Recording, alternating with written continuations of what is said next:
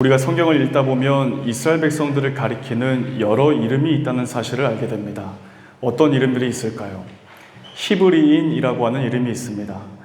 이 야곱이 자신의 70명의 가족들을 이끌고 이제 애굽으로 갔을 때 이 이집트인들과 구별하기 위해서 히브리인이라고 하는 이름이 붙여졌습니다. 그리고 시간이 한참 흘러서 이제 바벨론의 포로로 잡혀갔을 때 다른 여러 나라의 포로들과 이제 구별하기 위해서 이 이스라엘 백성을 유대인이라고 이름을 붙여주었습니다. 이 유대인이라고 하는 이름에는 긍정적인 의미와 부정적인 의미가 함께 존재합니다. 부정적인 의미는 독단적이고 인색하고 또 율법을 가지고 있으나 그 율법을 지키지 않는 위선적인 이제 그런 의미가 있습니다. 그러나 긍정적인 의미도 있습니다. 지혜로운 민족, 강한 성품, 전통적이고 또 깊은 믿음을 가지고 있는 민족이라고 하는 이 긍정적인 의미도 가지고 있습니다. 이 유대인은 나라를 이룬 지 1878년 만인 1948년에 지금의 팔레스타인에서 독립했습니다. 흩어진 유대인들의 그 수를 다 합해도 총 인구수는 약 1340만 명 정도에 불과하다고 합니다.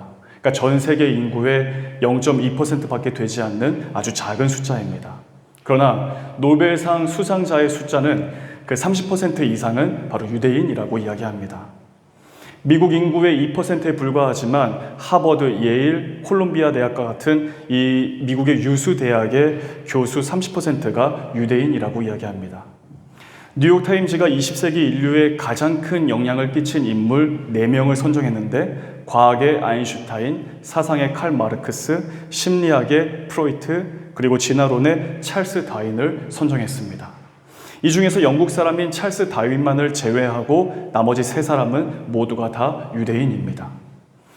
우리는 성경을 통해서 유대인들을 접합니다. 그리고 오늘날 이 국제사회에서 이 유대인들의 엄청난 영향력을 보면서 하나님은 왜 그렇게 이스라엘 백성들, 이 유대인들을 그토록 사랑하시는가라는 생각을 해보게 됩니다. 이스라엘 백성들이 정말 거룩한 하나님의 백성이라고 하지만 죄를 짓지 않는 것도 아닙니다. 죄를 지었습니다. 그러나 하나님은 여러 차례 용서하시고 끊임없이 용납하시는 그 하나님을 우리가 말씀을 통해서 보게 됩니다. 사실 이스라엘은 아무런 능력도 가지고 있는 소유도 그리고 잘하는 것도 없는 참으로 연약하고 작고 부족한 백성에 불과한데 왜 그토록 하나님은 그런 이스라엘, 이 유대인들을 사랑하시는지 때로는 그 이유가 궁금할 정도로 이해되지 않을 때도 있습니다. 그런데 우리가 성경을 통해서 발견할 수 있는 이유는 바로 언약 때문이라는 사실을 알게 됩니다. 하나님께서 내가 너를 지명하여 불렀다라고 하신 하나님의 절대적인 선택 때문입니다. 사랑하는 여러분, 우리는 지난 주일에 이어서 이 예상치 못한 아말렉과 싸우게 된 이스라엘 백성 이야기를 오늘 본문을 통해서 한 번 더 나누게 됩니다. 지금 이스라엘은 전쟁할 준비가 전혀 되어 있지 않은 상태였습니다. 이제 막 광야 여정을 시작했고 여러 문제들을 겪으면서 이들의 마음과 육신은 굉장히 피곤해 있고 지쳐 있던 상태였습니다. 그런데 놀랍게도 결론부터 말씀드리자면 이 이스라엘은 아말렉과의 싸움에서 승리할 수 있었습니다. 그 이유가 무엇일까요? 바로 하나님의 절대적인 선택 때문이었습니다. 이스라엘을 선택하신 하나님의 은혜 때문에 이 이스라엘은 눈앞에 이 캄캄한 만큼의 큰 위기와 문제 앞에서도 넉넉히 승리를 얻어낼 수가 있었다라는 사실입니다. 사랑하는 성도 여러분, 오늘 우리는 예수 그리스도를 믿고 그리스도인이 되고 또한 하나님의 자녀라는 신분, 이 하나님 나라의 백성이라는 정체성을 가지고 살아가는 영적 이스라엘 백성이 바로 우리입니다. 다시 말하면 과거 이스라엘 백성들을 선택하신 하나님께서 오늘 우리를 선택하셨고 그래서 우리가 하나님의 백성이 되었다는 사실입니다. 이 시간 선포되는 말씀을 통해 바로 하나님의 선택하심, 하나님의 승리케 하심, 우리의 삶을 가장 선한 길로 인도하시는 그 하나님을 말씀을 통해서 만나시는 사랑하는 발리아니 교회 모든 교우들 다 되시기를 주님의 이름으로 축복합니다. 먼저 첫 번째입니다. 예상치 못한 문제를 만날 때 우리는 기도해야 합니다. 오늘 본문 9절부터 11절까지 말씀을 같이 한번 읽겠습니다. 시작. 모세가 여호수아에게 이르되 우리를 위하여 사람들을 택하여 나가서 아말렉과 싸우라. 내일 내가 하나님의 지팡이를 손에 잡고 산 꼭대기에 서리라. 여호수아가 모세의 말대로 행하여 아말렉과 싸우고 모세와 아론과 훌은 산 꼭대기에 올라가서 모세가 손을 들면 이스라엘이 이기고 손을 내리면 아말렉이 이기더니. 아멘. 우리 인간의 삶은 문제의 연속이라고 이야기해도 결코 과언은 아닐 것입니다. 출애굽한 이스라엘 백성은 그들을 가로막고 있었던 홍해를 건너고 이제 막 광야 여정을 시작했습니다. 그러나 이 광야 여정 속에서 이스라엘 백성을 원치 않는 문제들을 여러 차례 만나야만 했습니다. 그래서 문제들을 만날 때마다 백성들 사이에서는 원망과 불평의 소리가 터져 나왔지만 하나님께서는 그 문제들 하나하나를 해결해 가시면서 이스라엘의 하나님, 전능하신 하나님, 정말 온 세계 위에 가장 높으신 하나님이시라는 사실을 스스로 밝히셨고 그런 하나님을 이스라엘 백성은 조금씩 배워갈 수 있었습니다. 놀랍게도 이스라엘은 문제를 통해서 하나님을 배워갔고 그리고 문제를 통해서 이스라엘 백성이 하나님의 거룩한 백성으로 서갈 수 있었다라는 사실입니다. 그러나 오늘 본문 바로 앞에서 기록하고 있는 마사 또는 무리바라고 불리는 곳에서 물이 없어서 목마름과 갈증의 문제를 겪었던 이 이스라엘 백성들 내면에 여호와께서 우리 중에 계신가 안 계신가라고 하는 의심하는 마음이 자리 잡게 되었다는 사실을 말씀이 우리에게 증거해 주고 있습니다. 그만큼 이들 앞에 놓여진 이 문제가 주는 고통이 컸다라는 사실을 우리가 발견할 수 있게 되는 것입니다. 그런데 바로 곧 이어서 또 다른 문제, 아니 더 큰 문제인 이 아말렉이라고 하는 문제가 이스라엘 백성들 앞에 놓여지게 된 것입니다. 아말렉입니다. 이 아말렉이라고 하는 단어를 제가 성경 사전을 통해서 찾아보니 이렇게 뜻을 알려주었습니다. 호전적인, 그러니까 싸움을 좋아하고 전쟁을 좋아하는 협곡에서 살아가는 족속이라고 하는 뜻입니다. 우리가 이스라엘 하면 쉽게 떠올릴 수 있는 어떤 동물 이미지가 있지 않습니까? 어떤 동물이 떠오르십니까? 그렇죠. 흰색 털뭉치로 북실북실한 그런 양의 모습이 떠올립니다. 그만큼 뭐랄까요? 아주 멍청하고 또 둔하고 연약하고 그런 이미지입니다. 그러니까 지금 이 호전적이라고 하는 이 아말렉이 가지고 있는 이미지와는 전혀 다른 이미지입니다. 이렇게 아말렉이 와서 이스라엘에게 싸움을 걸어왔을 때 모세는 빠르게 두 가지 방법으로 대응했습니다. 한 가지는 여호수아를 불러서 군대를 조직하게 해서 아말렉과 싸우도록 했습니다. 그리고 모세 자신은 산 꼭대기로 올라갔습니다. 왜 산 꼭대기로 올라갔을까요? 기도하기 위해서입니다. 여호수아를 불러서 군대를 조직하라고 했지만 지금 이스라엘 백성의 실태를 누구보다 정확하게 알고 있던 모세입니다.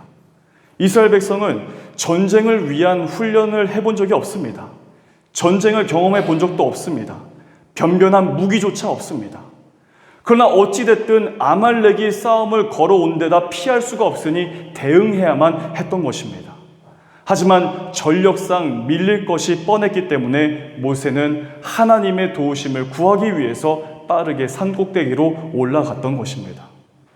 싸움은 여호수아와 백성들이 합니다. 그러나 이 전쟁의 승패는 여호수아에게 달려있는 것이 아닙니다. 11절 말씀을 보니 모세가 손을 들면 이스라엘이 이기고 손을 내리면 아말렉이 이기더니라고 말씀합니다. 보통 전쟁은 열심히 싸우면 이기고 전략이 좋고 훈련이 잘된 병사들이 많은 부대가 이기게 되어 있습니다. 그러나 오늘 본문에서 벌어진 이 전쟁의 결과 누가 이겼습니까? 이 아말렉과의 전쟁에서 승리하게 된 이유는 전혀 다른 데에 있었습니다.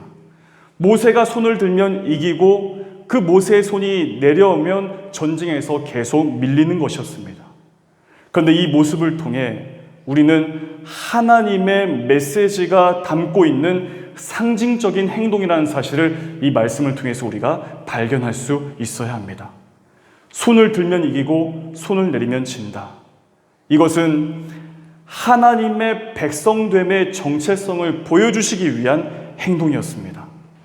즉 하나님의 백성들은 하나님 앞에서 손을 들고 살아가야 하는 존재다라는 사실을 우리에게 상징적으로 말씀해 주고 있는 표현입니다.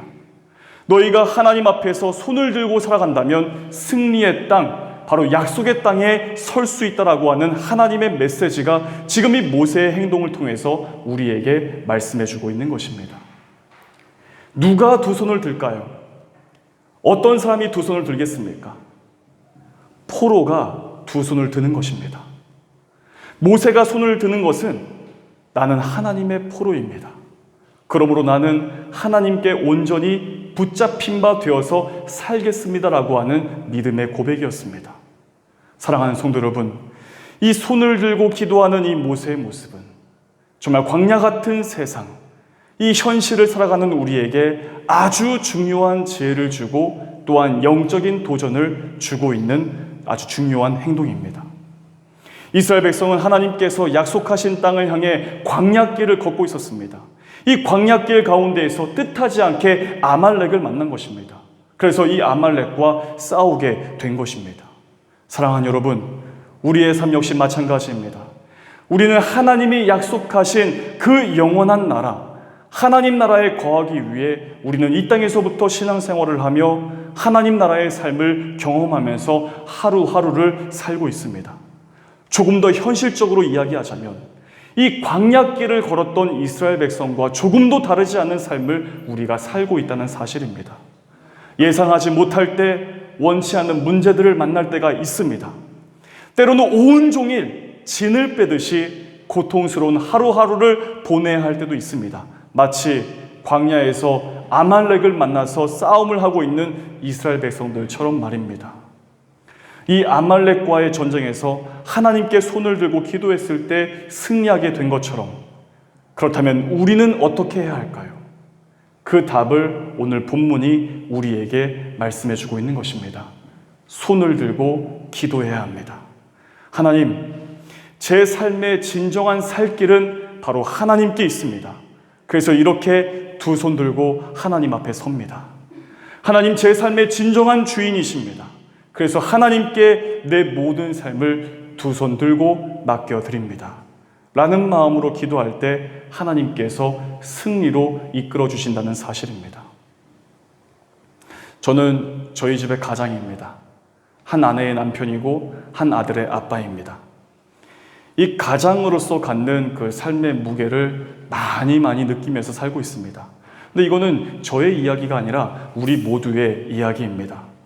그러면서 40년 가까이 어느 한 가정의 가장으로 살아오신 저희 아버지의 모습을 많이 떠올리게 되었습니다.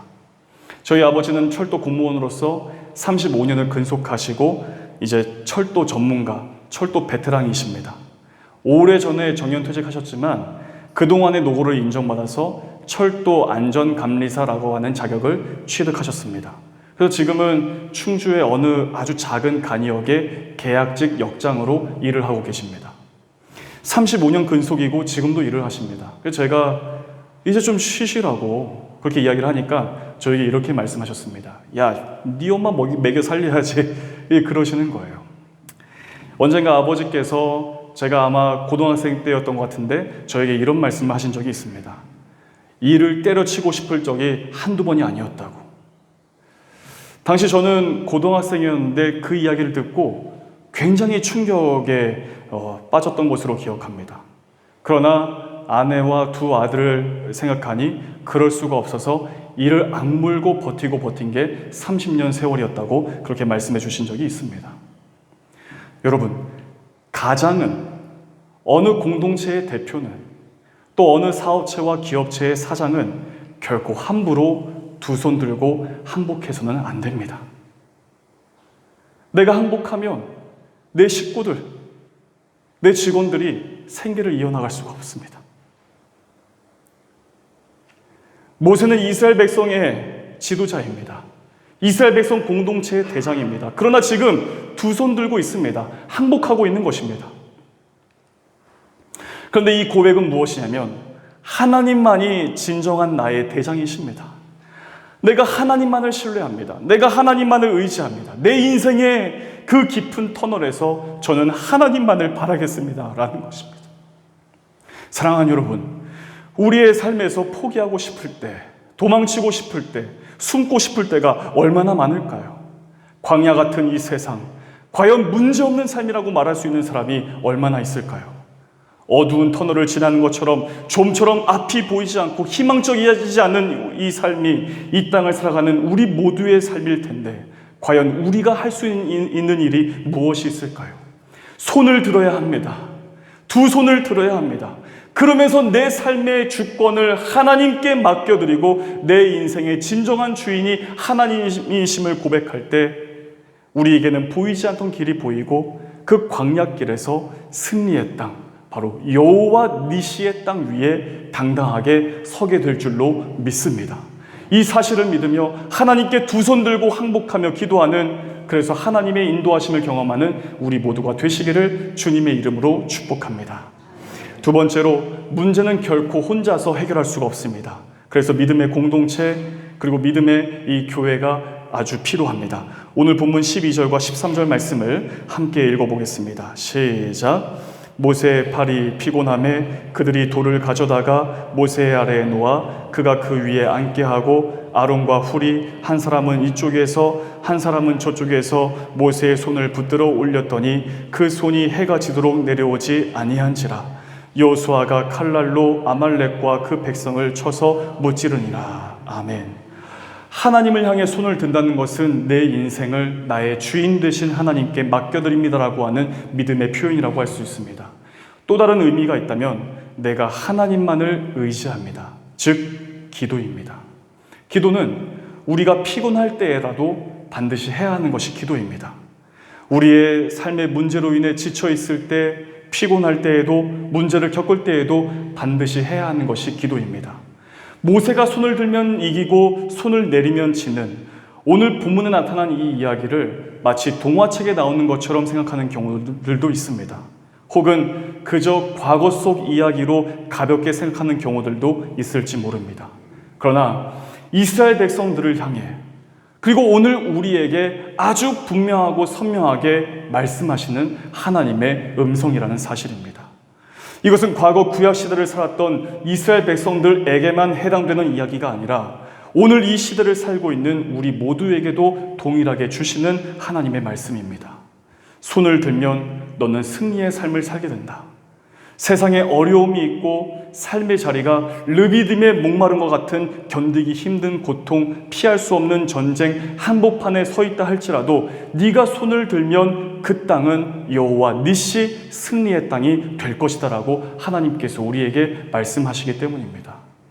그런데 문제는 오늘 12절 말씀을 보니까 하나님을 향해 두 손을 들고 기도하던 모세의 팔이 피곤하네 라고 합니다. 그래서 그 두 손이 내려온다라는 것입니다. 위대한 믿음의 사람인 모세도, 하나님의 음성을 듣고 영적으로 민감하게 분별했던 이 모세 같은 사람도 결국 우리와 같은 사람에 불과했다는 것을 이 대목에서 발견하게 되는 것입니다. 손을 항상 들고 있을 수만 없습니다. 그래서 그 손이 내려올 수밖에 없는 한계성을 가지고 있는 사람이기 때문입니다. 그런데 이때 이 모세의 곁에는 아론과 훌이 있었습니다. 이스라엘의 승리를 위해서 모세는 손을 들고 있어야만 했습니다. 그러나 모세의 팔은 계속 들려져 있을 수만은 없었습니다. 피곤해 지친 모세를 위해서 아론과 훌이 모세를 도와줍니다. 돌을 가져다가 그 위에 모세를 앉도록 했습니다. 그리고 모세가 힘들어서 그 팔이 내려올 때에 양쪽에서 그 손을 잡아주었습니다. 혼자서 설 수 있는 사람은 아무도 없습니다. 혼자서 모든 일들을 감당해낼 수 있는 사람은 아무도 없습니다. 곁에서 붙들어주는 아론과 훌 같은 존재가 반드시 필요합니다. 서로 돕지 않고 서로를 돌보지 않는다면 아무리 선한 일을 한다 해도 감당해낼 수가 없는 것입니다. 특별히 영적인 싸움입니다. 이것은 눈에 보이지 않는 싸움입니다.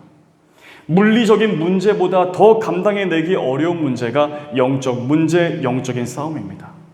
이 영적인 싸움에서는 결코 홀로 설 수 없고 홀로 버텨낼 수가 없습니다.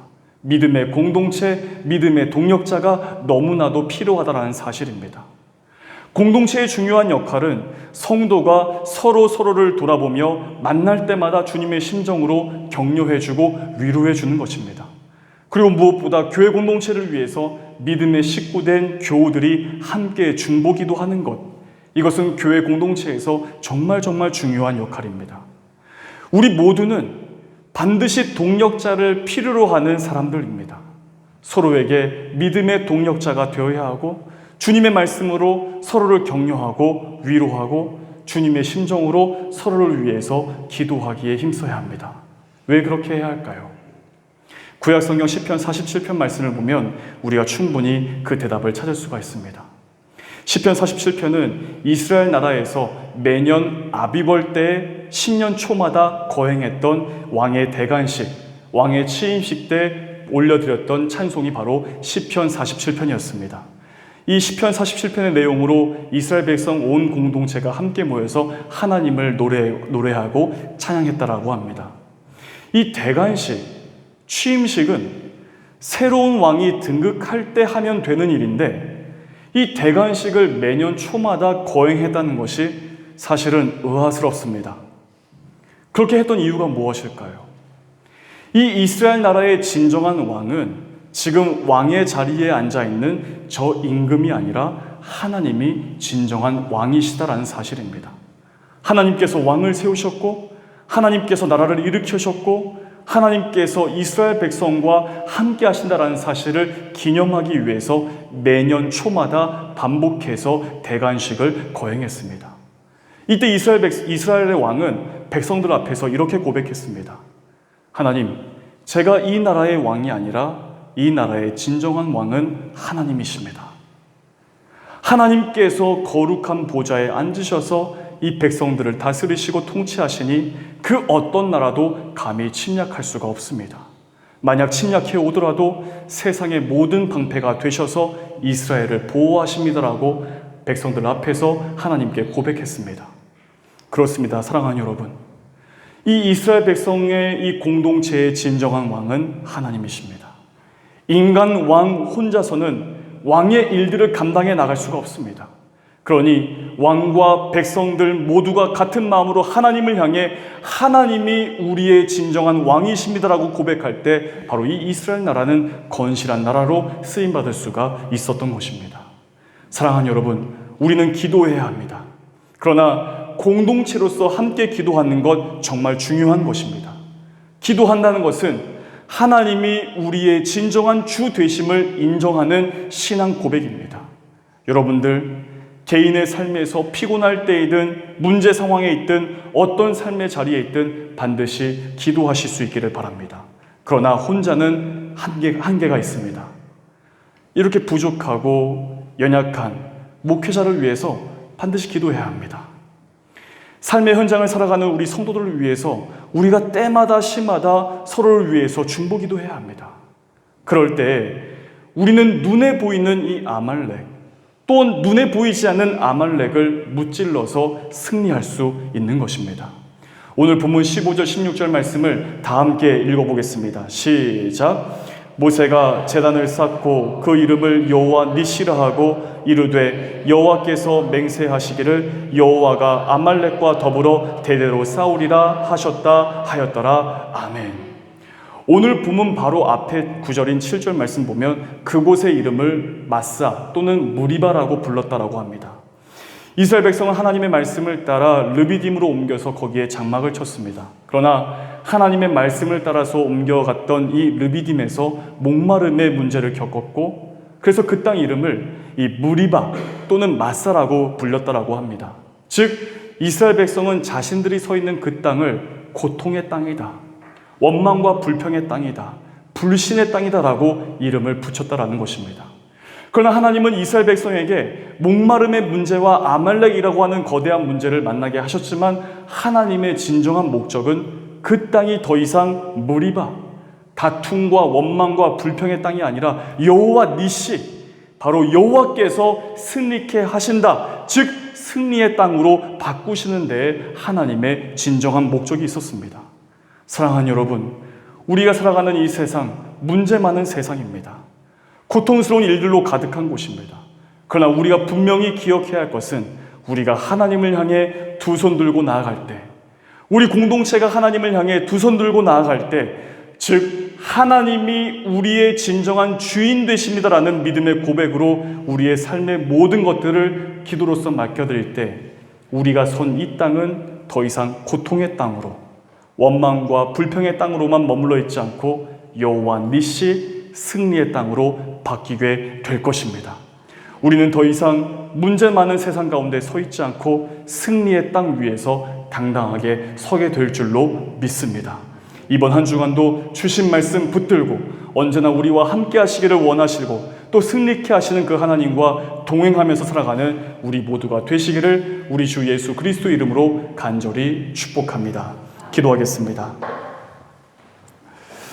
우리 인생에서 만나는 예상치 못한 문제들 앞에 우리가 무엇을 해야 하는지, 어떻게 대응해야 할지를 말씀해 주신 하나님, 오늘 말씀 붙들고 하나님께 두 손 들고 기도하는 저희들 되게 하여 주시옵소서. 그저 기도하는 것이 아니라 내 삶의 주인이 하나님이심을 고백하는 믿음으로 기도하게 하시고, 특별히 교회 공동체를 돌아보고 서로가 서로를 위해서 중보기도하며 건강한 공동체로 세워나가는 발리하님 교회 모든 교우들 다 되게 하여 주시옵소서. 모든 말씀 우리 주 예수 그리스도의 이름으로 기도하옵나이다. 아멘.